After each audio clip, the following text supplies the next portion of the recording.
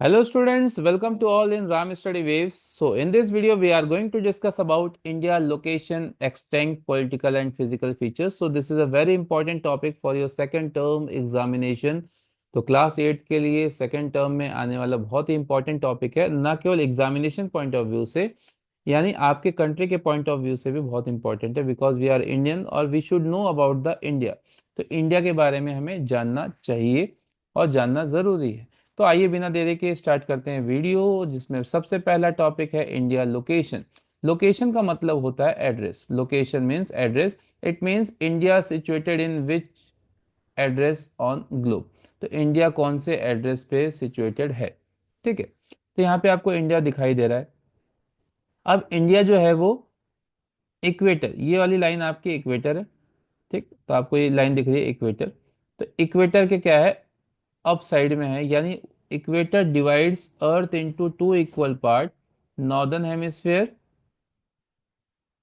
Northern hemisphere and southern hemisphere, northern hemisphere and southern hemisphere. तो northern और southern hemisphere दो part में divide करती है। तो ऊपर वाला पार्ट है आपका नॉर्दर्न स्फीयर हेमिस्फेयर। तो इंडिया कहाँ पे है भाई, नॉर्दर्न हेमिस्फेयर में। तो इंडिया की अगर लोकेशन की बात करें तो एक चीज हमें पता चल गई कि इंडिया कौन से हेमिस्फेयर में, नॉर्दर्न हेमिस्फेयर, यानी India is situated in northern hemisphere. और अगर बात करें वर्टिकली की, तो ये तो हॉरिजॉन्टली हमने पार्ट डिवाइड करा। वर्टिकली जब ऊपर से बीचों बीच काटेंगे, ठीक है, तो पीछे तरफ आपका 0 डिग्री है। तो 0 डिग्री, यानी अगर हम ऐसा 0 डिग्री कोई लाइन बनाए, तो 0 डिग्री से यहाँ पे आपका होगा ईस्टर्न हेमिस्फेयर और लेफ्ट में होगा western hemisphere. So India is situated in eastern hemisphere, eastern hemisphere. ठीक है, तो दो बातें निकल के आई कि इंडिया अगर हॉरिजेंटली बात करें तो हॉरिजेंटली वेस्टर्न नॉर्दर्न हेमिस्फेयर में, और वर्टिकली बात करें तो ईस्टर्न हेमिस्फेयर में। यानी India is completely lies in northern hemisphere as well as eastern hemisphere. तो ये तो हो गई लोकेशन। अब ये जो लोकेशन है इस एरिया में, इसका एक्सटेंशन क्या है, यानी ये जो लाइन है लैटिट्यूड, ये किस लैटिट्यूड से लेके कहाँ तक है। ठीक है, इसका एक्सटेंशन क्या है, और कौन सी लॉन्गिट्यूड से लेके कौन सी लॉन्गिट्यूड तक है, यानी इसकी बाउंड्री क्या है, इसको बोलते हैं extension. Latitudinal extent and longitudinal extent. तो अगर लैटिट्यूडनल एक्सटेंट की बात करें तो 8 डिग्री 4 मिनट नॉर्थ। ठीक है, तो ये इक्वेटर है, इक्वेटर से ऊपर 1 2 3 ये सब नॉर्थ होगा, यानी 8 डिग्री 4 मिनट, ये है 8 डिग्री 4 मिनट नॉर्थ। तो 8 डिग्री और between 1 degree there is 60 minute, तो 8 degree 4 minute north to 37 degree 6 minute north. ठीक है, तो 8 degree 4 minute north to 37 degree, कितना है, 37 डिग्री 6 मिनट नॉर्थ। तो ये हो गई लैटिट्यूडनल एक्सटेंट ऑफ इंडिया। अगर बात करें लॉन्गिट्यूडनल एक्सटेंट, तो जो लाइनें वर्टिकल्स होती हैं उसको लॉन्गिट्यूड बोलते हैं।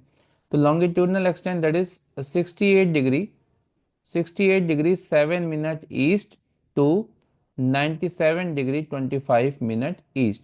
अब आपको ये समझ में आ गया होगा कि ये एक्सटेंशन 68 ईस्ट से लेके ईस्ट है इधर, तो यानी eastern hemisphere, north to north यानी नॉर्दर्न हेमिस्फीयर। तो ये हो गई आपकी extension of India.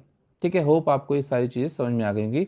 Now let us discuss about the some important fact. तो India is located in South Asia.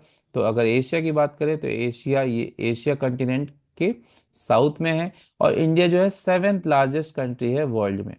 तो पूरे वर्ल्ड की बात करें तो सब सातवीं सबसे बड़ी कंट्री है। ठीक है, और इसका जो टोटल एरिया है 32,87 स्क्वायर किलोमीटर का एरिया आपका कवर अप करता है। Now let us discuss about the political features of India. तो इंडिया के पॉलिटिकल फीचर्स की हम बात कर लेते हैं। तो इंडिया के पॉलिटिकल फीचर्स यानी स्टेट और यूनियन टेरिटरी कितनी है। तो पॉलिटिकल फीचर्स में हम बात कर लेते हैं स्टेट्स की और यूनियन टेरिटरी की। तो 28 states, 28 states and 8 union territory. ठीक है, तो टोटल है आपके 28 स्टेट्स एंड 8 यूनियन टेरिटरी आपके इंडिया में है।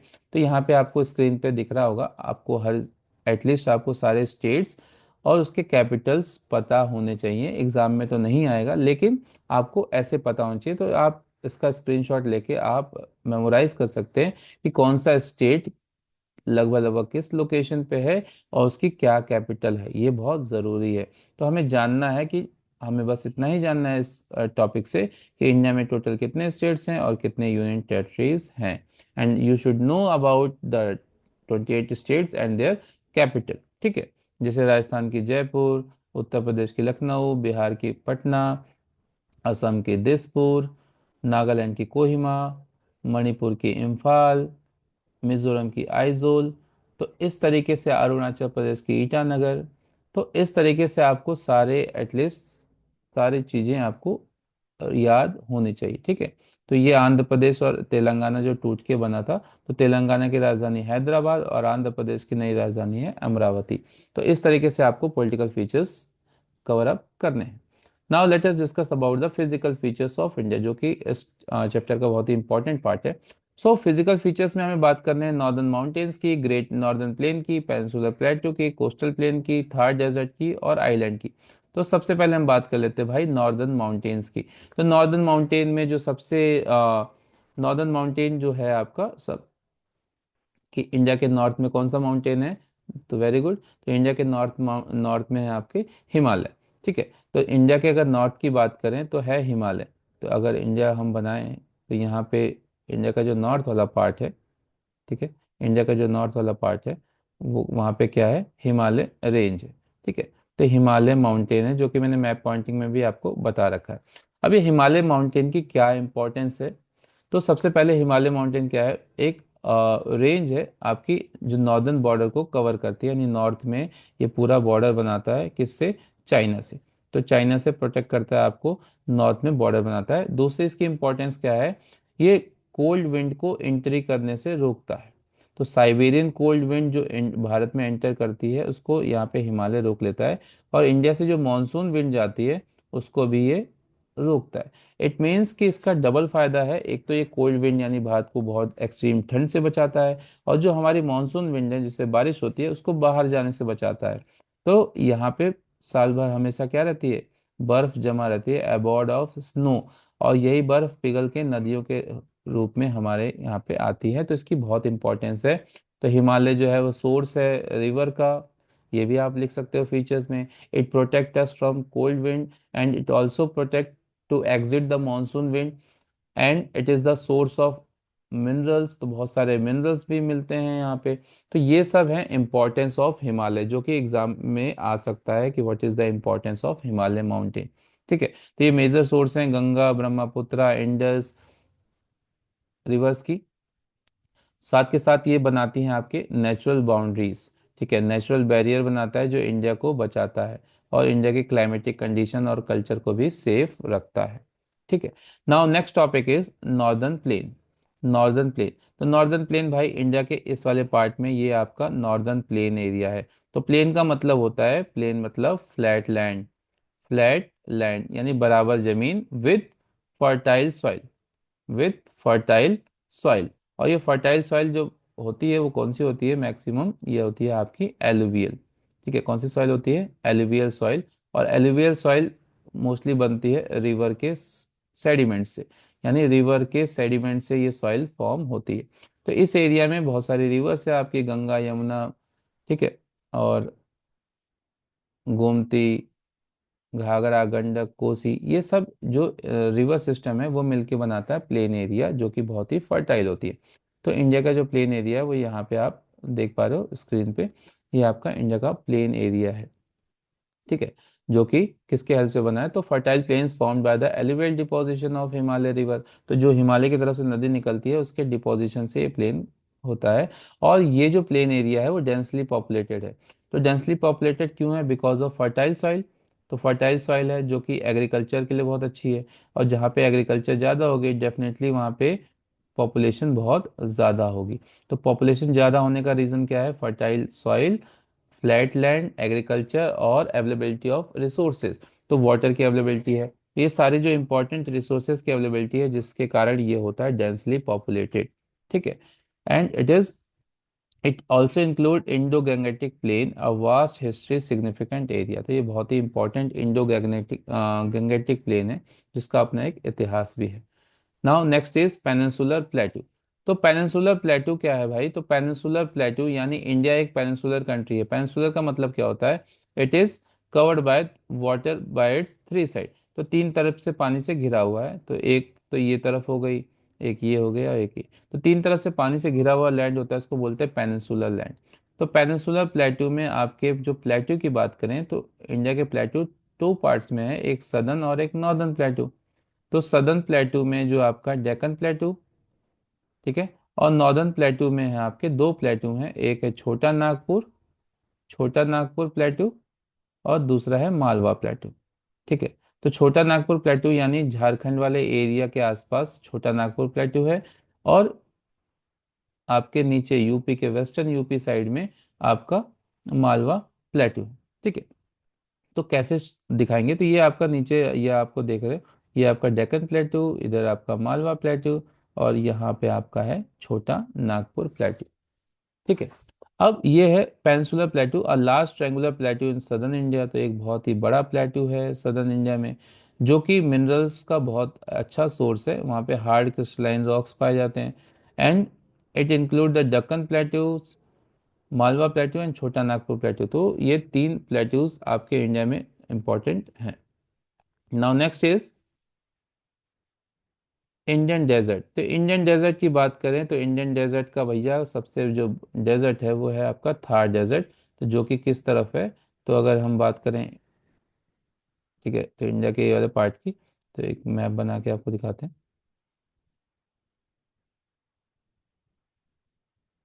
तो ये वाला जो एरिया है राजस्थान का, ये वाला एरिया, यहाँ पे है आपका थार डेजर्ट। ठीक है। तो थार डेजर्ट इंडिया का सबसे बड़ा डेजर्ट है। So it is also known as Thar desert, located in north western India and hot arid region with sandy terrain, sparse vegetation, बहुत कम। स्पार्स का मतलब वेरी लेस। तो वेरी लेस वेजिटेशन के मामले में बहुत कम है। और यहाँ पे जो प्लांट पाए जाते हैं वो जीरोफाइटिक प्लांट बोलते हैं, जिसमें कांटे बहुत होते हैं। ठीक है। तो कटीले वन बोलते हैं उसको, जीरोफाइटिक प्लांट जिसमें पत्तियां नहीं होती हैं। और पत्तियां इसलिए नहीं होती क्योंकि वहाँ पे वाटर की कमी है। तो प्लांट ट्रांसपिरेशन कम से कम करें, इसलिए वो पत्तियां रखते ही नहीं हैं। So home of unique flora and fauna adapted to desert condition. तो इसमें एक यूनिक फ्लोरा और फौना यानी अपने जीव जंतु और वेजिटेशन पाए जाते हैं, जिसको हम जीरोफाइटिक वेजिटेशन प्लांट बोलते हैं। Now coastal planes. तो प्लेन्स में हमने एक अभी देखा था ऊपर कि गंगेटिक प्लेन, जो कि नॉर्दर्न प्लेन था। अब बात कर रहे थे कोस्टल प्लेन की, यानी इंडिया के जो कोस्टल रीजन है, समुद्र के किनारे वाले, वहाँ भी प्लेन एरिया हैं। तो जो आपने ये देखा, ये जो घाट है, ईस्टर्न घाट, वेस्टर्न घाट और ईस्टर्न घाट, इसके और इसके बीच में ये जो एरिया है, यानी ये जो ईस्टर्न घाट और बे ऑफ बंगाल का जो बीच का एरिया है, यहाँ पे प्लेन एरिया है, जिसको ईस्टर्न कोस्टल प्लेन बोलते हैं। और ये आपका वेस्टर्न कोस्टल प्लेन। ठीक है। तो eastern coastal plain and western coastal plain, ये भी दो दो भाग में कैटेगराइज हैं। Half upper part is known as northern Circars. ठीक है। तो ईस्टर्न कोस्टल प्लेन का ऊपर वाला हाफ नॉर्दर्न सरकार्स और नीचे वाला हाफ है कोरोमंडल। और इधर वेस्टर्न में ऊपर वाला हाफ है कोंकण और नीचे वाला हाफ है मालाबार। ठीक है। तो कोंकण और मालाबार। अब इसकी अपनी इंपॉर्टेंस है। Narrow strip of land along Indian eastern and western coastal, दोनों ही तरफ फैला हुआ है, eastern plane and western coastal plane. So diverse landscape including Sandy beaches, lagoon and back brackish water, not back water. तो brackish water यानी खारे पानी यहाँ पे है। और इसकी इंपॉर्टेंस है for trading, fishing and tourism. तो ट्रेड पर्पस से और फिशिंग पर्पस से और टूरिज्म के पर्पस से बहुत इंपॉर्टेंट होता है। Now next is the island. ठीक है। तो आइलैंड की बात करें तो इंडिया में जो आइलैंड है, अंडमान और निकोबार ग्रुप आइलैंड, यहाँ पे आपका लक्षद्वीप आइलैंड। तो ये आइलैंड आपका इंडिया के इम्पोर्टेंट आइलैंड में से एक है। तो अंडमान और निकोबार दोनों अलग अलग आइलैंड है, और उसके जो बीच का रास्ता है जो अलग करता है, उसको हम बोलते हैं 10 डिग्री चैनल। ठीक है। तो चैनल क्या है? तो broad waterways, channel means broad waterways. तो जैसे नैरो वाटरवेज था स्ट्रेट, वैसे ही ब्रॉड वाटरवेज को क्या बोलते हैं हम? चैनल। और अंडमान और निकोबार को जो अलग करने वाला जो चैनल है, जो रास्ता है, उसको बोलते हैं 10 डिग्री चैनल। ठीक है। Now next is reverse. तो रिवर्स की बात कर लें, तो रिवर्स, इंडिया के जो रिवर्स हैं दो पार्ट में डिवाइडेड है। एक है हिमालयन रिवर, हिमालयन रिवर, और एक है पेनिनसुलर रिवर, पेनिनसुलर रिवर। तो जो रिवर हिमालय से निकलती है उसको बोलते हैं हिमालयन रिवर, और ये होती है पेरेनियल। क्या होती है भाई? Perennial. It means it contain water through out the year. तो हिमालयन रिवर में तीन रिवर सिस्टम बहुत इंपॉर्टेंट है। Indus river system, Indus river system, Ganga river system, Ganga river system, and Brahmaputra river system, Brahmaputra river system. ठीक है। तो ये होती है भाई हिमालयन रिवर, जो कि होती है पेरेनियल रिवर, यानी ये इन रिवर में क्या होता है, थ्रू आउट द ईयर पानी होता है। इसमें आपकी इंडस रिवर सिस्टम, तो इंडस रिवर सिस्टम जो आपकी तिब्बत से ओरिजिनेट होती है, जिसको मानसरोवर लेक से ये ओरिजिनेट होती है। मानसरोवर लेक जो कि अभी चाइना के कब्जे में है। ठीक है। तो फाइनली लद्दाख पंजाब होते हुए ये पाकिस्तान में एंट्री करती है और अरेबियन सी ब्रांच में गिर जाती है। तो इसके जो मेजर ट्रिब्यूटरीज हैं इंडस रिवर सिस्टम के, तो सिस्टम का मतलब क्या है, main river plus it's tributary. तो ट्रिब्यूटरी की बात करें तो झेलम, चिनाब, रावी, ब्यास, सतलज, ये इसकी मेन ट्रिब्यूटरी हैं इंडस रिवर सिस्टम की। Now Ganga river system originate in Himalaya, ये भी हिमालय से निकलती है और अलग अलग स्टेट से होते हुए आती है। तो इंडिया में कितने स्टेट से होके आती है, तो 4 स्टेट से होके ये इंडिया में बहती है। तो ये भी बहुत इंपॉर्टेंट है। तो 4 स्टेट कौन कौन से हैं? तो सबसे पहले उत्तराखंड, यूपी, बिहार और वेस्ट बंगाल। ठीक है। तो उत्तराखंड, यूपी, बिहार, वेस्ट बंगाल, इन 4 स्टेट से होके गंगा रिवर जाती है। और इसके जो मेजर ट्रिब्यूटरीज हैं वो हैं आपके यमुना, रामगंगा, गोमती, घाघरा, गंडक, कोसी और महानदी। ठीक है। तो ये आपको याद रखने वाली चीजें हैं। Now Brahmaputra river system. तो Brahmaputra river system same Mansarovar lake से ओरिजिनेट होता है और ये इंडिया में एंट्री करता है अरुणाचल प्रदेश से। तो किस स्टेट से एंट्री करती है? अरुणाचल प्रदेश से एंट्री करती है। अरुणाचल प्रदेश और असम होते हुए ये नदी जो है बांग्लादेश में चली जाती है। और इसके जो इम्पोर्टेंट ट्रिब्यूटरीज हैं दिबांग, लोहित, सुबनसिरी एंड मनस। तो ये 4 इंपॉर्टेंट आपके ट्रिब्यूटरीज हैं इसके। तो ट्रिब्यूटरीज हैं आपके ब्रह्मपुत्र रिवर सिस्टम की। अब बात कर लेते हैं पेनिनसुलर रिवर सिस्टम, यानी जो प्लेट्यू से निकलती हैं इंडिया की रिवर्स। ठीक है। इसको सीजनल रिवर भी बोला जाता है। ठीक है। It is also known as seasonal river. तो ये मोस्ट ऑफ द केस में क्या होती है, सीजनल होती है, यानी इसमें थ्रू आउट द ईयर पानी नहीं होता है। जिसमें नर्मदा रिवर सिस्टम, ठीक है, गोदावरी, कृष्णा, कावेरी, गोदावरी, कृष्णा, कावेरी, ये आपके कुछ मेन इंपॉर्टेंट रिवर्स हैं, गोदावरी, कृष्णा, कावेरी। ठीक है। गोदावरी, कृष्णा, कावेरी। तो गोदावरी को दक्षिण गंगा भी बोलते हैं, ये इंपॉर्टेंट है एग्जामिनेशन पॉइंट ऑफ व्यू से। इसको साउथ गंगा या दक्षिण गंगा भी बोला जाता है बिकॉज ऑफ इट्स इम्पॉर्टेंट। अगर सबसे बड़ी नदी की बात करें साउथ इंडिया की तो वो है गोदावरी। जैसे इंडिया की सबसे बड़ी नदी है गंगा, वैसे ही गंगा की पूजा होती है, वैसे साउथ इंडिया में गोदावरी की भी पूजा की जाती है, इसलिए इसको बोलते हैं दक्षिण गंगा। ठीक है। तो गंगा गोदावरी के साथ साथ आपकी Mahanadi, Krishna, Kaveri, all these are consider as peninsular river. तो होप आपको ये वीडियो समझ में आ गया होगा और ये एक क्विक रिवीजन है और आपको अच्छे से पूरा चैप्टर रिवाइज हो गया होगा। आपकी कोई भी क्वायरीज है तो आप कमेंट बॉक्स में डाल सकते हैं। ठीक है। Thank you and have a nice day.